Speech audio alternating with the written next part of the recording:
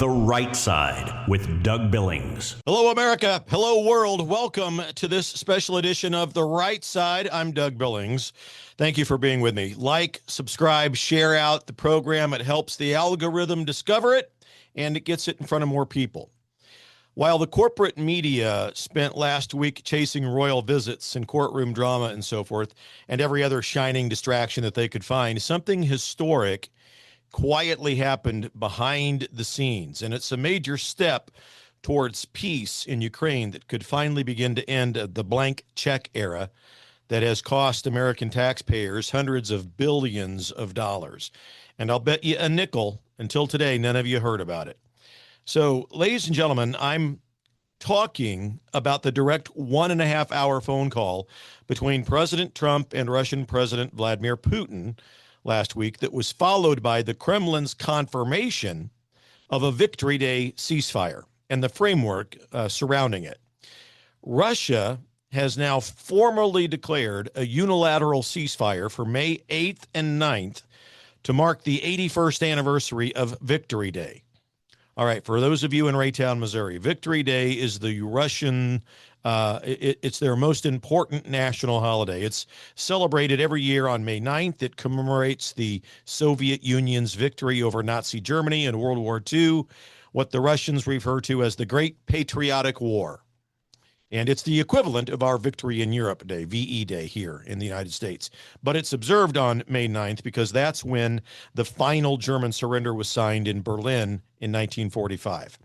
So every year, the Russians hold massive military parades. You've seen them in Red Square. Never mind that a lot of their military equipment is made out of paper mache. Another story for another time.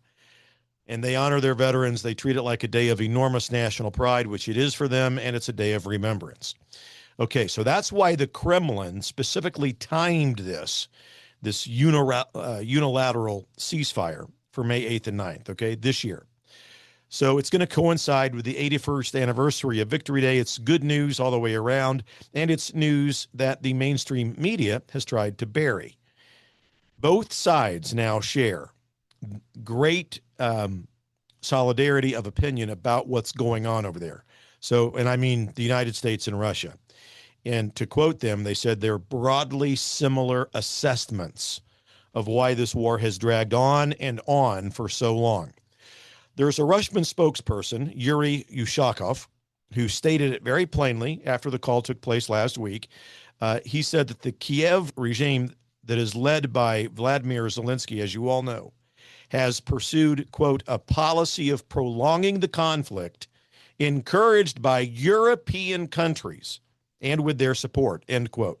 So look, my friends, that single sentence is seismic, and it means the two most powerful players in this conflict, the United States and Russia, have looked at the same facts on the ground and reached the same conclusion. The incentives in Kiev and across key European capitals are not to end the fighting. They're to keep the money, the weapons, and the attention flowing. You think about that. For years, we've watched Europe and NATO treat the United States like an unlimited ATM, haven't we? American families, meanwhile, have footed a $400 billion a year bill to underwrite European security, while the Communist-Socialist, formerly known as Democrat Party in America, with their policies on borders and so forth, destroyed us. And they tried to hollow us out. This ceasefire signal changes that equation, and it shows serious players are finally acknowledging the obvious.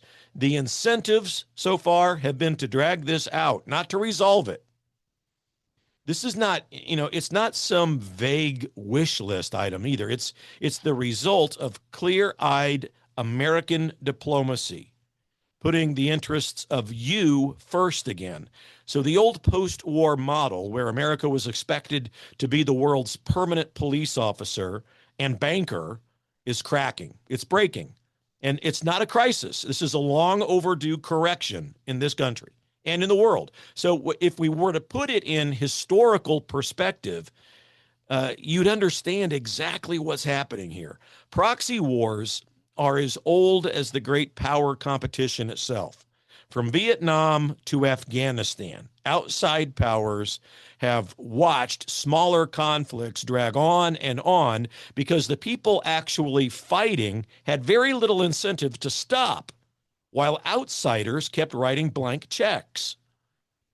The Soviet Union learned this lesson the hard way in the 1980s. The United States learned it in Vietnam when political considerations in Washington overrode battlefield experts and realities. And I'm telling you, history shows that when outside powers finally step back and force the direct parties to face real costs, wars end faster. And they end faster than the so-called experts ever predict. That's exactly what's beginning to happen right now. By refusing to be the unlimited financier of other nations' ambitions, the Trump administration is doing what it has always done best when it acts with clarity. It's changing the game on terms that favor us, our people, our security, and our future. Ladies and gentlemen, think about what this means for you, sitting at home in Kansas City, Missouri, or anywhere across the country. Every day this conflict drags on costs American taxpayers billions of dollars more in direct aid, and it translates into higher energy prices, strained supply chains. I could go on. Ending this blank check era brings those costs down. It frees up resources to rebuild our own manufacturing base and to secure our borders. And it helps to modernize our military for the challenges that actually matter to American security, not the security of nations that lecture us while they depend on us. So this ceasefire signal, I want to be clear, it's not a surrender, it is realism. And it's the recognition that the incentives in Kiev and parts of Europe, to be honest, have been to prolong the war as long as the money keeps flowing from the United States. American leadership is forcing an honest conversation instead of the scripted talking points that we've heard on cable news and from certain people online for years. The corporate media, of course, they've treated this like a minor footnote. I mean, if they've covered it at all.